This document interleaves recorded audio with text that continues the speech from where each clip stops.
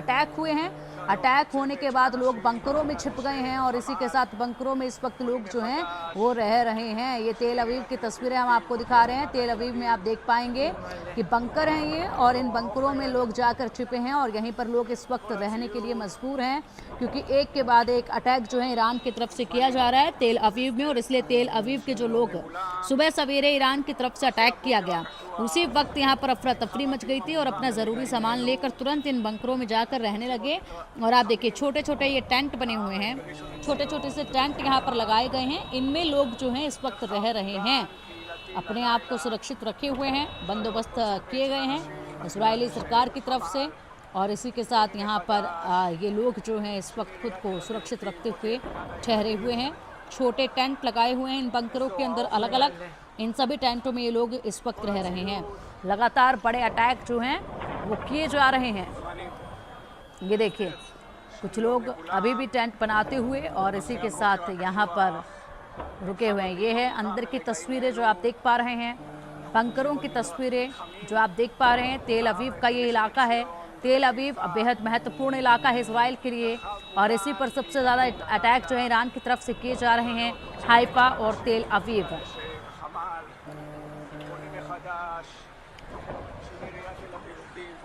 और चलिए आप रुक करना चाहेंगे शाही जी का। शाही सर, इस वक्त हम तस्वीरें देख पा रहे हैं, तेल अवीव में जनता जो है वो जाकर छिप रही है और इसलिए अपने आप को सुरक्षित रख सके बंकरों के अंदर। बंकरों की तस्वीरें सामने आ रही हैं, अलग अलग टेंट लगाकर लोग यहाँ पर रह रहे हैं। छोटे छोटे टेंट लोगों के लिए लगाए गए हैं, लेकिन इस तरीके से कब तक जीवन व्यापन इन लोगों का होगा? देखिए जी, ज़्यादा समय शायद इजराइल और ईरान की जो एक्सचेंज ऑफ मिसाइल से नहीं होगी, क्योंकि ईरान के पास बहुत ज़्यादा ना तो मिसाइल बचे हैं ना लॉन्चर्स बचे हैं। एक क्लियरिंग ऑफ गन्स का होता है, तो एंड में ताबड़तोड़ फायर करके मैं समझता हूँ ये किसी ना किसी अंत पर शीघ्र आ जाएगा, क्योंकि जैसा कि हमने यूक्रेन को देखा, पूरे नाटो देश वहां पर अपने हथियार और सहायता डालने के लिए लगातार तैयार थे, तो यूक्रेन कितने देर तक टिक सका। ईरान को इस तरह की सहायता अभी तक कहीं से आती नजर नहीं आई है, सिवा उसके जो कुछ जहाज 4 या 5 चाइना के आए थे और कुछ वहां पर असला देकर चले गए।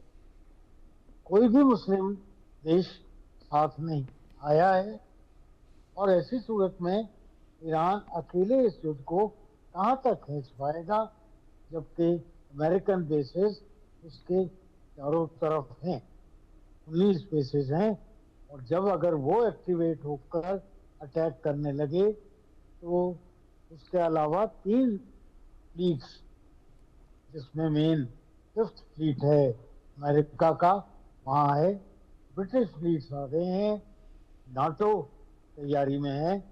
ऐसी सूरत में मैं नहीं समझता कि ये स्थिति बहुत लंबा अरसा चलने वाली है। जी बिल्कुल बिल्कुल। और अभी जिस तरीके से आप भी अंदेशा लगा रहे हैं कि अभी चलेगा, यही हालात जो हैं वो देखे जाएंगे।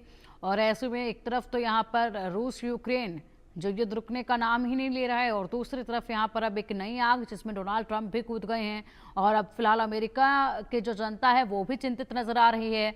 वहाँ पर विपक्ष जो है वो भी लगातार हमलावर है, कानून तोड़ा गया है, ये लगातार कहा जा रहा है। कानूनी चीज़ों को लेकर भी तैयार डोनाल्ड ट्रंप को कहीं ना कहीं अमेरिका में रहना होगा, क्योंकि सवाल जवाब अब बहुत ज़्यादा डोनाल्ड ट्रंप के साथ होने हैं। तमाम सवालों के जवाब तो अब डोनाल्ड ट्रंप को देना ही पड़ेगा अमेरिका में। अपने आवाम के बीच में विश्वास ना खो बैठे, ये भी एक चिंता जो है वो देखी जा रही है, क्योंकि सत्ता में आने से पहले वो लगातार कह रहे थे कि हम किसी भी युद्ध की तरफ अमेरिका को नहीं धकेलेंगे, और उसके बाद यहाँ पर अब एक युद्ध में एंट्री खुद अमेरिका ने कर ली है, जिसके बाद आवाम वहाँ की भी कुछ डरी सहमी इस वक्त नजर आ रही है। खामियाजा कहीं उन्हें ना भुगतना पड़ जाए। फिलहाल देखना होगा कि ईरान कितनी हिम्मत जुटा पाता है अमेरिका पर अटैक करने की।